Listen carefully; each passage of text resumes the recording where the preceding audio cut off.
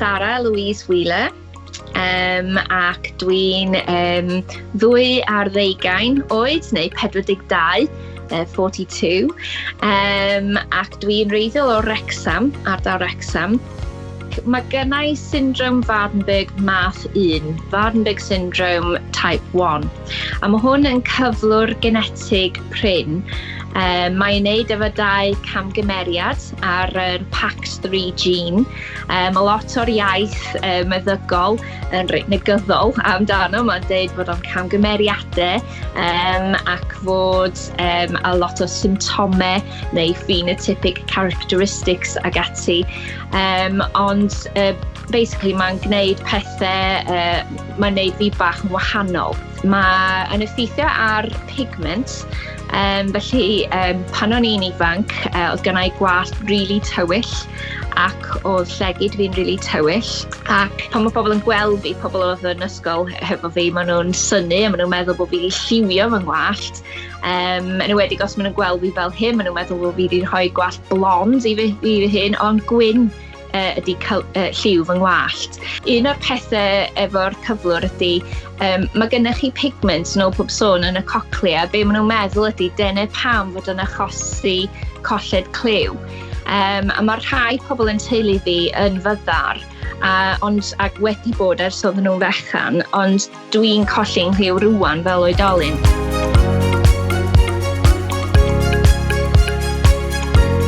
Bwrsari di dŵad ar adeg reit dda i fi. Be o'n i'n licio am y bwrsari fan hyn oedd fel arfer dych chi'n gweld grantiau pethau yn y maes creadigol.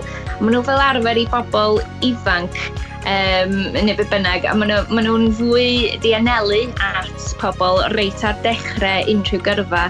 Ac wrth gwrs, fel rhywun fel fi sydd wedi bod yn gweithio fel darlithydd, ond rwan wedi dod mewn i'r maes creadigol, dwi ar ddechrau'r siwrne, ac dwi'n person canol oed, ac dos na ddim lot o cyfleoedd i bobl canol oed i ddechrau y gyrfa. Felly mae wedi dŵad i fi ar adeg reit dda, really, oherwydd taswn i wedi cael y pres yma 20 mlynedd yn ôl pen o'n i yn ugeiniau. Doedd fy ngwallt ddim wedi troi'n gyfan gwbl ac o'n i dal yn straffaglu i ddelio hefo lot o'r materion i wneud efo fo. Ac oedd yng nghlyw ddim wedi dechrau mynd yn y ffordd mae o rwan. Ac mae hwnna'n rhan rili pwysig.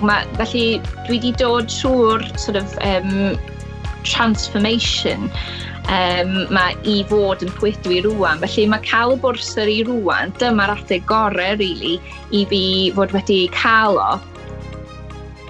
Os ydych chi'n colli'ch clyw, mae'n heriol ac mae'n heriol bod fi ddim yn fyddar, cos mae hwnna'n un grŵp.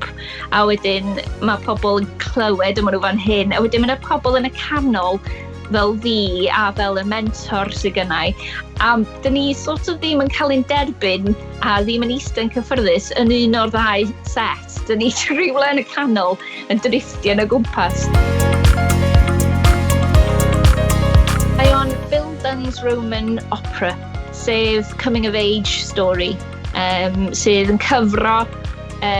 Mae'n autobiographical, felly mae'n cynnwys lot o bethau am fy mywyd i, ond yn sicr y trawsnewid i'r Dywysoges Arian, dych chi'n gweld heddiw lly.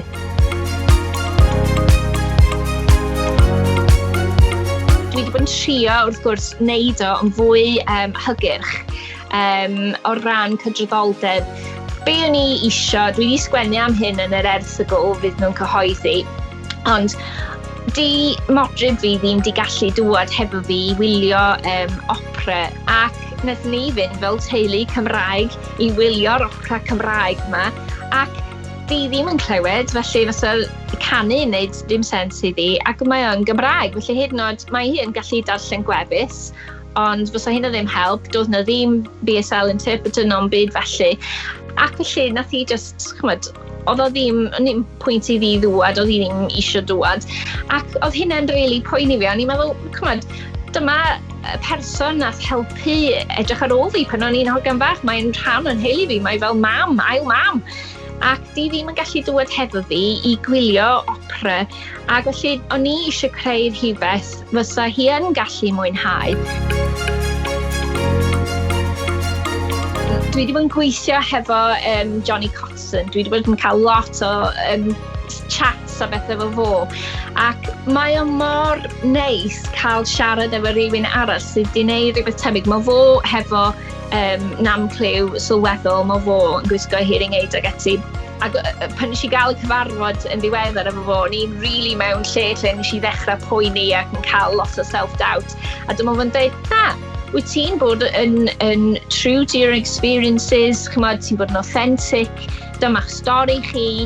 Diolch mas os be mae pobl eraill yn meddwl, mi fydd y pobl yn deheriau di, mi fydd y pobl ddim yn meddwl bod ti yn gwneud y peth iawn, ond wyt ti'n gwneud y peth iawn o'r rhan y stori sydd gen ti i ddeud. Felly, paid â poeni amdano, ond nes i weithio efo Osion Owen sydd yn cyngeneddwr, ac mi nath o sgwennu 2 can mewn cynghanedd i'r opera, felly mae hwnna'n rhan o'r libretto. Ond oedd o'n ddiddorol, cos oedden ni fatha, dwi eisiau sgwennu hwn a llall, a wedyn sylweddoli, dyma lle o'n i'n really naif, ac ella ddim wedi bod yn digon sensitif dweud y gwir, cos oedd o'n anodd iddo fo sgwennu am fy mhrofiadau i. Cos o'n i fatha, dyma beth isio, ond oedd o fatha, dwi'n teimlo'n really nervous yn dangos hyn i ti, ac dwi'n really sorry os dwi ddim wedi cael o'n iawn. Cos mae am colled clues, because yn peth really sensitive. Ond cos o'n i'n ganol sort of peth creadigol ma, weithio dwi'n gallu ymsetio amdano ac ymsetio'n lan, ond pan dwi'n yr peth creadigol, o'n i'n gweld pob dim fel rhyw sort of joke mawr. Cos ni ddim really yn sgwennu i'r cynulleidfa, neu dwi'n sgwennu i fi fy hun, a mae'n ffocws i gyd arna i fel arfer. Gan wedyn obeithio, fydd pobl eraill yn sbio ac yn cymryd rhywbeth gynddo fo. Mae gweithio efo'r pobl yn peth pwysig hefyd.